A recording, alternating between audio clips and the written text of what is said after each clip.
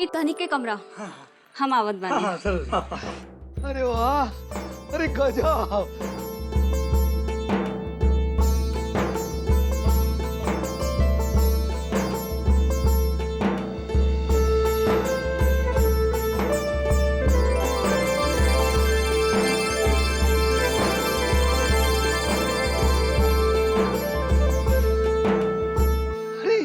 अरे बेटा गजब।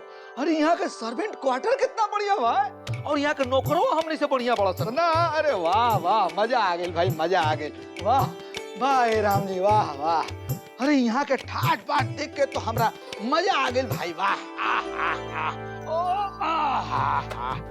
अरे अरे वाह, पानी गिलास जग, वाह राम जी, ये व्यवस्था है। अरे तीनों एक साथ।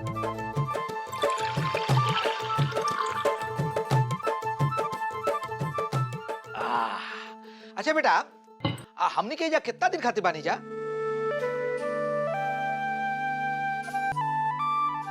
कुसुमी, तोरा नहीं ख्याल कि तोर दीदिया हमने खातिर एगो सोन चिड़ैया पकड़ ले लिया है? माने? अरे माने वो कुछ ना बेटा, हम तो ऐसा ही बोलत रहे नहीं, हर बात का माने थोड़े ना होला। हाँ बाबूजी, हाँ हमने के एजा काम करे खातिर आयल बानी सन। हाँ, काम खत्म करके चल जाए जा। मत भूला कि हमने के एजा खाली काम करे खातिर आयल बानी सन। काम खत्म हो जाए तो हमने के उहे घर वापस चल जाए सन, उहे झोपड़ी जहाँ से हमने के आयल बानी सन। बुझाइल? हाँ बुझाइल। यही से हम कहता नहीं बाबूजी कि हवेली के चमक दमक के चक्कर में मत पड़ा। कुल 4 दिन के चांदनी बा, और फिर ओए अंधेरी रात हमने के जिंदगी के सच्चाई बा। कुल हमने के भाग्य की चीज नहीं खे बाबूजी। अपन जिंदगी के सच्चाई के समझा, बुझला? हमरा हाथ में कोनो सोन चिड़ैया नहीं खे लागल बाबूजी। हाँ दीदी, ठीक कहलू हा। खाली हवेली के दीवार और दरवाजे ही सुंदर बा, बाकी घर के लोग, बाप रे, वो बड़की ठकुराए कितनी खड़ूस रहली हा। वो तो हमने के ठीकों से सासों ना लिए देली। यहाँ रहे वाले लोगन के धमो घुटत हुई एही जा भूतनी कहीं की। चुप, ऐसे ना कहल जाला बबनी, वो हमनी से बड़ हवन। उनकरे और ठाकुर साहब से हमने के जौन पैसा मिली, वो पैसा से हम अपन घर बचाए। हमने के जा काम करे खातिर आल बानी सन बबनी, अच्छा से काम करके चल जाए। बाकी हमने के का मतलब बा कि यहाँ कौन कैसन बा?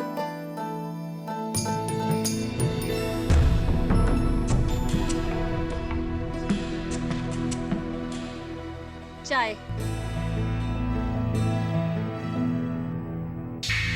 ए दीदी, ये हवेली में इतना नौकर चाकर बानिस तो हमने के काहे बदे बुलायल गइल बा?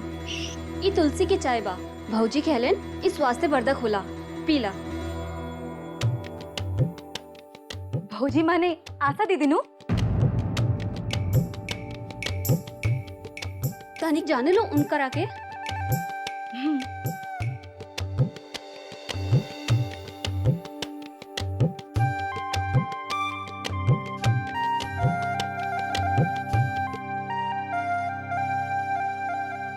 आज अगला वाला गांव जाके हमरा वकील साहब के केहू तरह फाइल पहुंचाए के बा।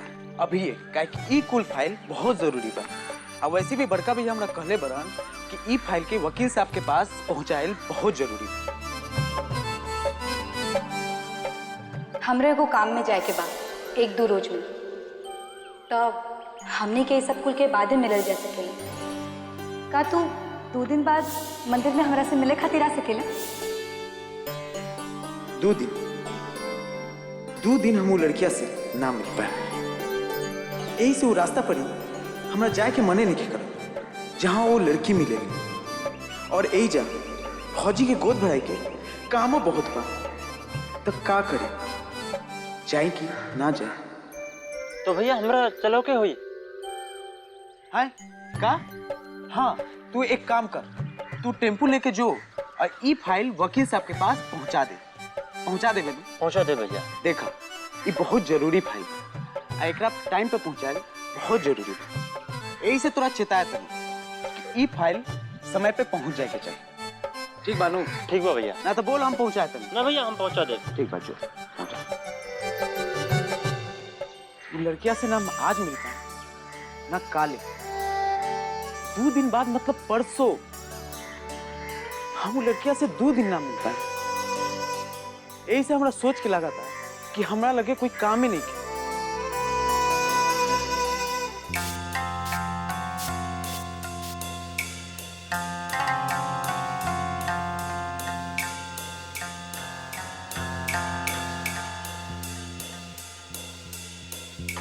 ठकुराइन, इनकर बीपी बहुत बढ़ गईल बा। कहानी कहते हैं इनकर ध्यान रखिए के होई, बाकी इनकरो आपन बहुत ध्यान रखिए के होई।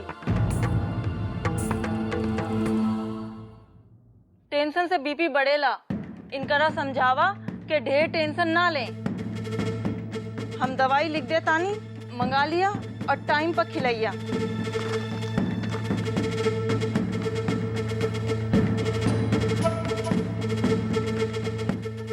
नमस्ते।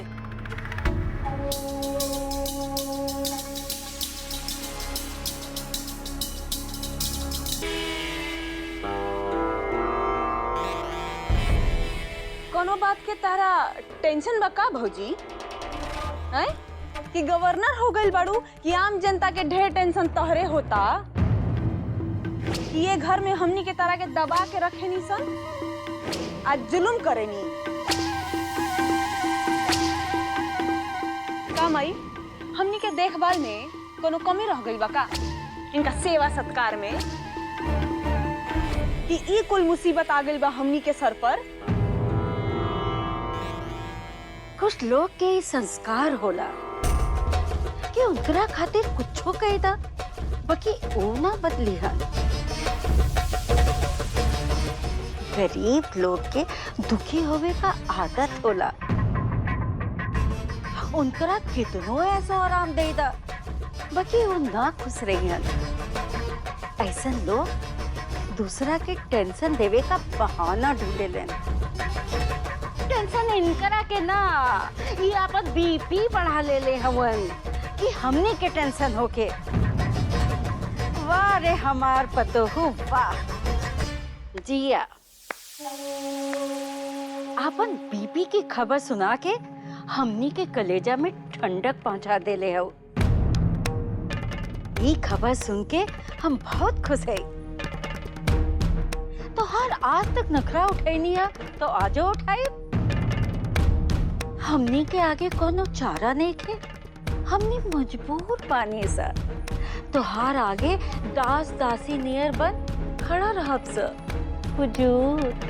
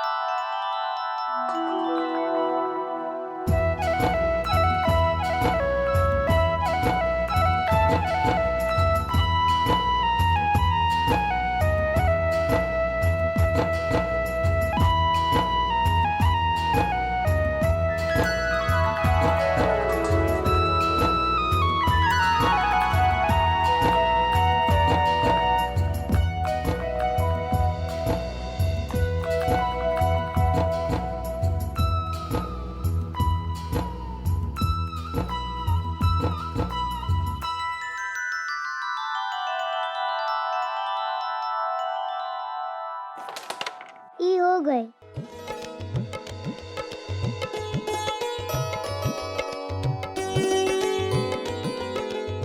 ए बाबू साहब, अकेले अकेले खेलत बड़ा? ए बाबू, ये खेल अकेले ना खेलल जाला, ये तो कम से कम 2 आदमी मिलके खेलेला, बुझला? का कहीं केहू हमारा संगे नहीं खेली। तोहरा साथे खेले वाला कोनो आदमी नहीं खे का? ना केकरा साथे खेली।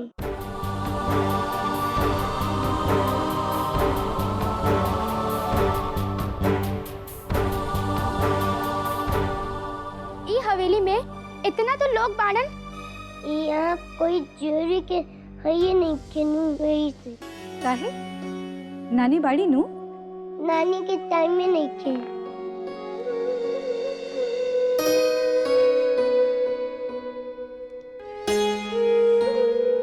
और माई? माए तो दिन भर खाए खाती डांटे ले।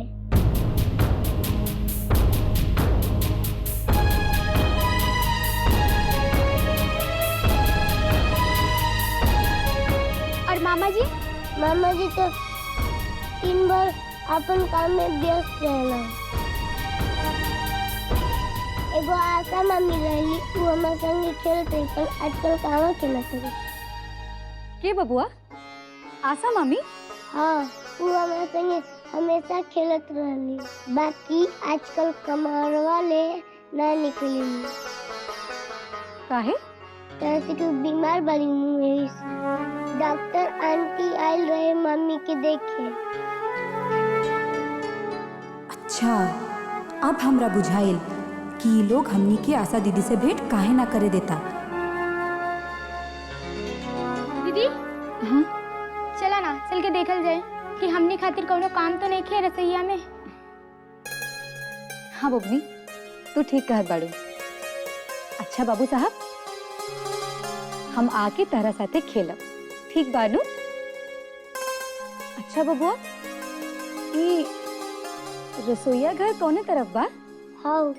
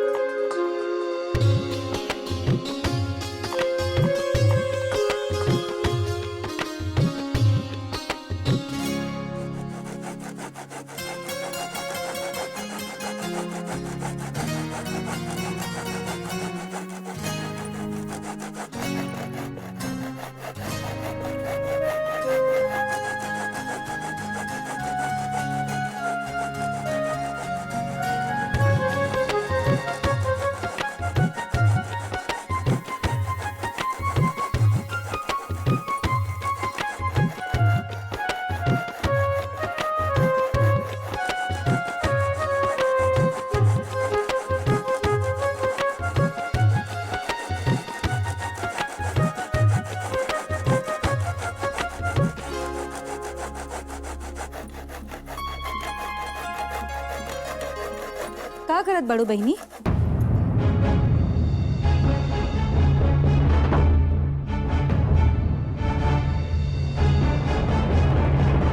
ए बहन, इतना गंभीर सवाल काहे पूछत बाड़ू हो? ना, हमार मतलब रहे कि नरियर काटा तानी हो गुजिया बनावे के खातिर। बड़ी ठकुराइन का आदेश बा कि दुल्हन की गोद भराई में मिठाई की कोनो कमी ना होके के चाहिए। खूब ढेर मिठाई बनावे के पड़ी। एहिस अभैया से मिठाई बनावे की तैयारी करतानी। इतना काम पड़ल बा और सब हमरा के अकेले की करी पड़ी। हमने की बानी नु एजा तोरा मदद खातिर कुछ काम बा तो बतावा। काहे ना हो, तहरा के तो बुलावले गइल बा यही खातिर। हाउ वहां से घी त लाई दा। आ तनी सुना, तनी कागज लेके हम जौन जौन कहतानी ओकरा के लिखा।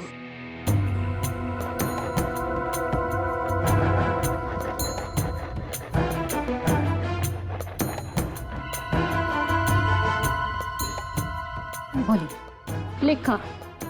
5 किलो खोआ। 5 किलो खोआ। 2 किलो बादाम। 2 किलो बादाम। 250 ग्राम इलायची। 250 ग्राम इलायची। 50 ग्राम हींग। 100 ग्राम अजवाइन। 100 ग्राम अजवाइन। 10 किलो मूंग दाल। 10 किलो मूंग दाल। ई मूंग दाल काहे खातिर हो? पिड़किया नु बनाए के बा? इतना धूम धड़ाका से गोद भराई होता, अब मिठाई बने एक के ठो। कहनी के घर में एक के मिठाई बनत होई। बाकी ई ठाकुर साहब की हवेली बा, 1000 आदमी खाई के जाई। मूंग के हलवो बने बगुनी, एही से मूंग लिखवावा तानी का। लिख ले लू? हाँ। तो अब जा और जाई के ई माधव के दैया। लिख ले लू? हाँ। तो अब जा और जाई के ई माधव के दैया।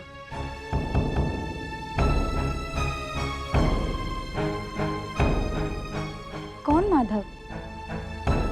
हम नहीं की चीनत। अरे बाहर जा, वही जाके केहू से पूछ ली हा कि माधव के कर नाम बा, तब बता दी ही। बुझलू? ठीक।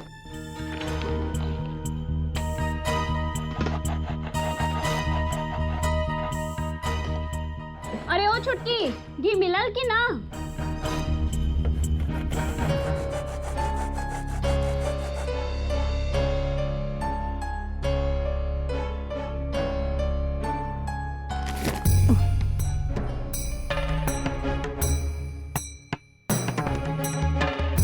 चेबा के सब ठीक बनू। अच्छा भेल कि तू भेटा गेल बड़ा। हई माधव के बा? माधव? माधव से कौन काम पड़ गई तारा?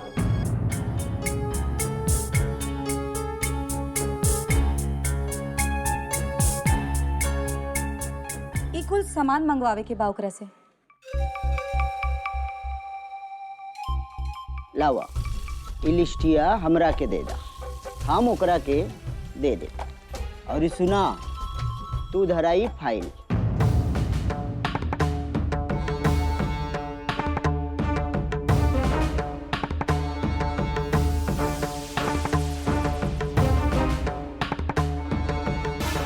ई फाइल ले जाके ठाकुर साहब के दे दा। अपने ऑफिस में तहार इंतजार कर रहल बड़े।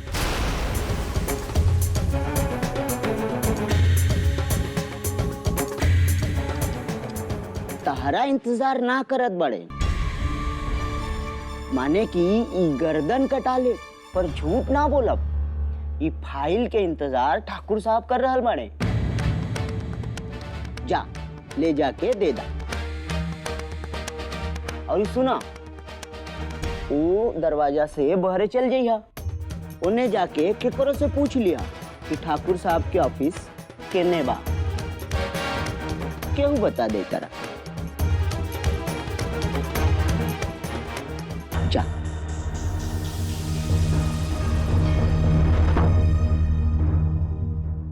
काम एकदम परफेक्ट हो गई। अब चंदा पहुंच जाई ठाकुर साहब के पास। माने तनिक देर में चिड़िया पहुंच जाई अपन पिंजड़ा में, शिकारी के पास।